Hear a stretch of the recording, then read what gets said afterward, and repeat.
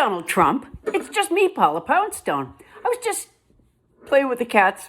When I worked graveyard shift at the IHOP in Orlando, we had waitress meetings maybe once a month or so, where we were reminded to refill the syrups and wipe the menus off because they got sticky. And that's what I want to talk to you about. At a recent meeting and in front of the press, you repeated your claim that more Americans are working today than at any other time in our history. And you said, as you do, that you don't know why the press doesn't cover that. They don't cover it because it's a trick. More Americans are working today than at any other time in our history because of population growth. Your roundtable meetings with cabinet members look like the meeting of the villains in the Dick Tracy movie. Mumbles, prune face, big boy. I wish instead of going around the room praising you, which doesn't that get tedious even for you? No?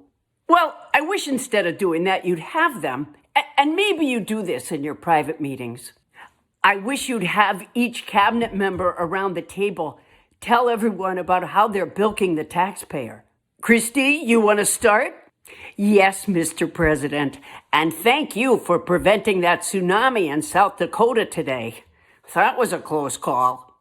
Well, I've blown $200 million of taxpayer money on 2 top-of-the-line private jets for me and my boyfriend Corey Lewandowski to fly around in, and I've continued my practice that I started as governor of South Dakota of steering government contracts to my friends.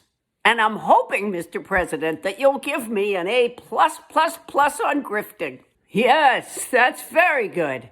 Cash, do you have anything? Yes, sir. I've also been flying around on a taxpayer-funded private plane to go see my girlfriend sing, to go to sporting events, to hunt, to go golfing with my buddies. Well, that's fine, Cash. Pete?